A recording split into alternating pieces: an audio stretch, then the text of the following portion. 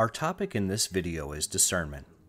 Oftentimes, discernment is thought of as any kind of decision making, such as going right or left.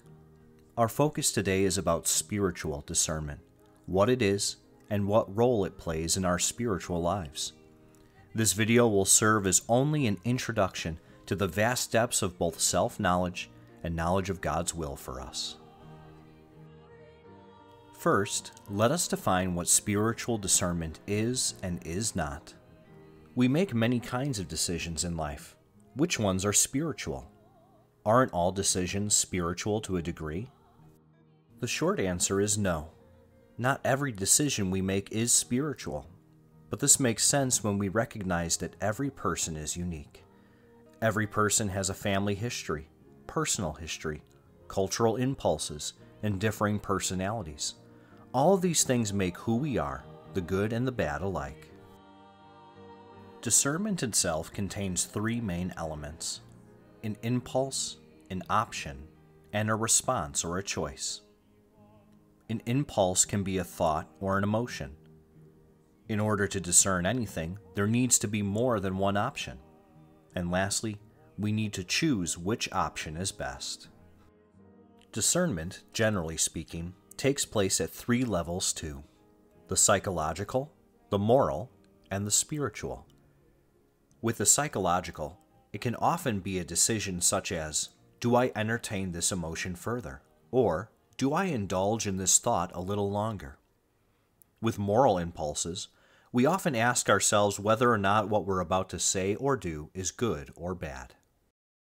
Spiritual discernment operates in a similar realm. After all, regardless of any decision we make, we're all one person. Our emotions, moral deliberations, and the yearning of our soul all takes place within us. I now present to you a priest who is widely considered an expert in the field of spiritual discernment, as developed and discovered by St. Ignatius of Loyola.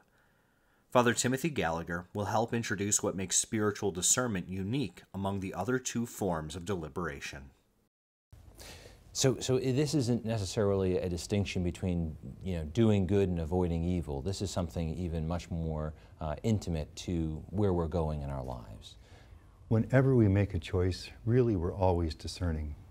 If I have a choice between being honest or dishonest in a business transaction, and I choose to be honest because I know that's what the Lord wants, I've discerned. But we don't tend to think of the word there because the discernment is clear. It might take some courage, but the discernment itself is quite clear. So we tend to use it more when a person who loves the Lord is faced with choices in which both options are good options. Priesthood, marriage, business, law, etc.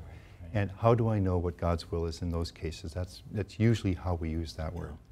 So that's really the defining business, a choice between two options, neither of which is wicked. I mean, both are equally good, maybe? Is that your position? Both. Generally, we tend to think of discernment when a person is faced with a choice in which both options or all options are good.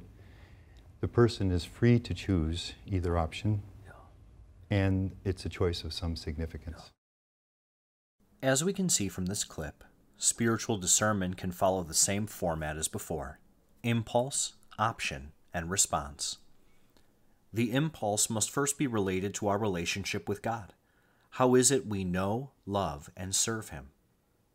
The option, interestingly enough, is between two apparent goods. Thus, the initial option is always a dilemma, but between two good things.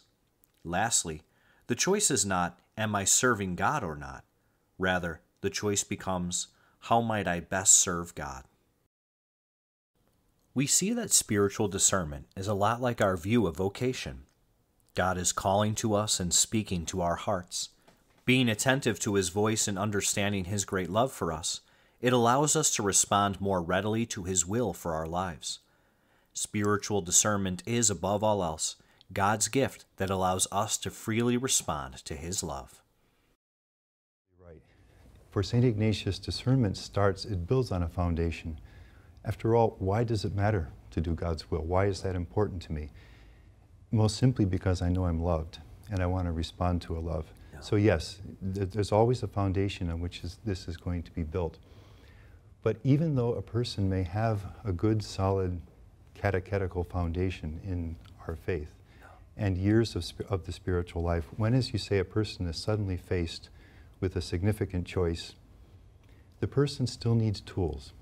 Yeah. Now, just as we turn to, for example, Francis of Assisi for the questions of poverty or living evangelical simplicity of life, or Teresa of Avila or John of the Cross when it's higher states of prayer and so on, the Church looks to Ignatius of Loyola for these kinds of tools when the person is facing that choice. Yeah. Spiritual discernment, as Father Gallagher suggests, is almost always presented by a dilemma. Regardless of how confident, prayerful, or mature we are, we all face choices that leave us unsure or lost. These feelings of ambivalence are both good and natural. It means that God is challenging us to see Him in that which is good, but not clear. St. Ignatius speaks of different tools to help us. These tools can be expressed in precise language or in exercises to train our spiritual sense. The first of these is the freedom to choose what is good, or more accurately, of God. At the same time, I know as a father of 6, there's a certain sense that I have in which, as I see my kids growing and they come to me and they want to know what I want, one of the things I've tried to communicate over the years by instilling wisdom and giving them opportunities is sort of like, I have not predetermined each and every single component of your life. And not just because I'm not God, but because as a father, I take delight in seeing my kids exercise their freedom and really, deciding on the basis of what they're discovering inside their hearts when it comes to love or when it comes to excitement or when it comes to, a sense of adventure that they really feel ready for. And so when I look back on those evangelical days where we were trying to discern, should I park on this side of the street or that side, and you just cause a traffic jam, I also recognize that objectively, we have that freedom as children of God to do what we, not just what we want to do by instinct, but what we want to do through the Holy Spirit of divine sonship within us. I think what you touch on there, Scott, is why God even calls us to a process of discernment. Because this does come off oftentimes when I offer teachings on this. Why is it so hard? Yeah. If I want to do God's will, can't He simply make it clear to me? But I think very much, as you're saying with your own children, as a father with your own children, God calls us to that process of discernment precisely because we grow so much when we do it. We have to, I love watching this in people's lives when you see them go through a process of discernment and you see them grow up and mature in their faith as they have to learn to pray more deeply, to live in the Lord day by day more deeply. They need ongoing conversion. Sacrament of confession may take on new life in their spiritual reading and so forth. By the time people come to clarity and know what God wants and are free to move forward, they've grown enormously. Children grow up into adults, oftentimes through the process of discernment. So absolutely, God engages our freedom very much in the process. And finally, if the Lord has a will for us, it's not to enchain us. That's right. It's to set us free. Freedom is the first tool, developed primarily through our conversion from sin. Freedom is not expressed exclusively in the number of choices that we have, but in our ability to recognize goodness, understand why it is good, and choose it out of love. The other tools we will talk about are awareness, understanding, action, and mentorship. Awareness seems to me to be the foundation of the work of discernment. Being aware of the movements of our heart and our surroundings make it possible to understand, act, and seek help. Awareness also takes place in stages. We can be aware of certain impulses, basic contentment or discontentment. We may even perceive how these impulses lead us to or from God, even though they are just feelings, neither right nor wrong. Consider the following analogy. When we look at nature, we may be aware of the bigger picture. Taking in everything at once, we also understand the basic outline of what we see. If we focus a little closer, however, we can single out a detail or a part. We saw it before, but now we shift our attention to the details. Further still, we can keep focused on something to see how it moves and changes, and that even a little part is made up of many other smaller parts. As you can see, our impulses and thoughts can be viewed in the same way. We may feel happy, sad, or angry, but we can focus on the emotion to determine its intensity or its cause. Thus, we look to the tool of understanding, asking ourselves why this or that thought or feeling comes to us at a given time. We can also begin to recognize patterns of thoughts or feelings. Essentially, the more awareness we have, the better equipped we are to understand why we feel and what we feel. After we have taken the time to be aware of and understand ourselves, a process which may take a short time or even many years, it then comes time to choose one good over another.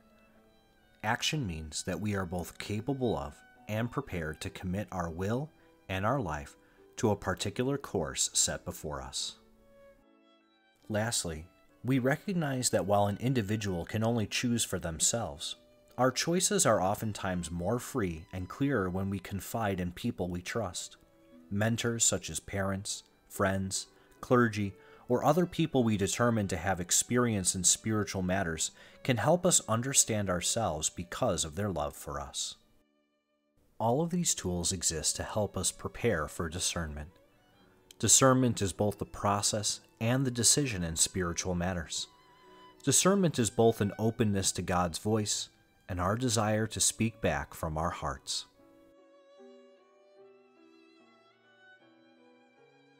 Could let us know what are the wisdom from St. Ignatius of Loyola? We know him from the spiritual exercises. We know he's a master in the spiritual life. What does St. Ignatius have to say about discernment of God's will? He takes the person who loves God, is facing a significant choice, vocational, career, and so on, wants to do God's will, doesn't yet know how to find it, and gives that person the tools the person needs to do. First, to prepare for that choice, because that's critical in discernment. Many times discernment gets blocked because the preparatory steps are not in place. So he explains those, guides the person through those. And then once the person is ready, the person's heart is disposed, what he does with guidance of it's always presumed that there's a spiritual guide in this. He shows the person the ways in which God may ordinarily answer that question. So that if God chooses to speak through one of these pathways, with the help of the guide, the person will recognize it and know the answer. In conclusion, as we begin the process of discernment, we also must be attentive to God's response to our questions and inquiries. How does He help us see which is best? I leave us with Father Gallagher's explanation on the different ways that God speaks to us through the process of discernment. So what you've touched on there is really the question most people have when they ask for help with discernment. And that is, it's not even so much about the preparation, although as we've said, that's indispensably important. But the question is, how will I know that I've heard God's voice? How will I know that God has answered my question? And the marvelous thing that St. Ignatius did is to review his own experience and out of it identify 3 different patterns of the way God may answer that question. I'll summarize them. These are 2 essential, more needs to be said, but just as a basic paradigm. Sometimes God can give a clarity beyond doubting. It's just so clear that we know. Sometimes it comes through an attraction of the heart, a consistent pattern of attraction over time during what Ignatius calls spiritual consolation, when our hearts feel warmed and close to God. And then the third pattern would be a preponderance of reasons, when a person calmly, peacefully, prayerfully before the Lord looks at the advantages and disadvantages for the one option and the other from the perspective of God's greater glory. Which of these options will serve to make God more known and loved in the world and for eternity? So a clarity beyond doubting, an attraction of the heart, or a preponderance of reasons. Essentially, those are the 3 modes. Okay. Thank you for watching this video. In this whole project, I can relate to you that all of this is only the shore of a vast, complex, and unknown sea. It's not a cause for trepidation, however, since we are all called by and led by a God who loves us. May this video serve as an introduction to the important work of discernment in your life.